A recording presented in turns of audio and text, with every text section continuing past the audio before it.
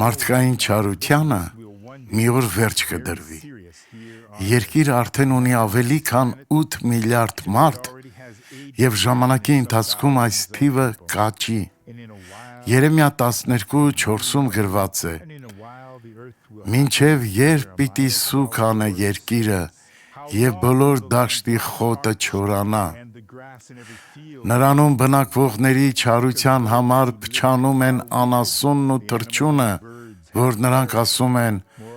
նա պիտի չտեսնե մեր վախճանը»։ Աստված ամեն ինչ տեսնում է և դատաստանի օրը մոտ է։ Մի սպասիր, վերադարձիր դեպի Քրիստոս, դիտենք վկայությունը։ Ես խնամում էի թոռնիկիս և նստարանի պատճառով մեջքս վնասեցի։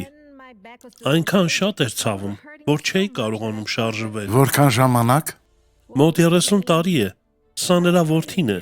Նա երեխա էր և դեռ ինձ հետ էր ապրում և ես խնամում էի նրան։ Թվում է, թե այս դեպքը տեղի է ունեցել արդեն 30 տարի։ Ես շատ եմ տանջվել, բայց երբ վերջին անգամ այստեղ եկա, բժշկվեցի։ Ես երկար ժամանակ տառապում էի ասթմայով։ Մի օր, երբ Սանտա Կասայի հիվանդանոցում էի, պատահաբար լսեցի պատարագի ձայնը։ Քայլեցի դեպի այդ կողմ և երբ մտա եկեղեցի, դուք այդ ժամանակ քարոզում էիք բժշկության մասին։ Այդ օրվանից ի վեր իմ հիվանդությունը անցել է։ Հիմա ես ցավ չեմ զգում։ Մենք պետք է շնորհակալ լինենք Աստծո անթիվ օրհնությունների համար։ Ո փառք Աստծուն։ Աղոթենք։ Հայր,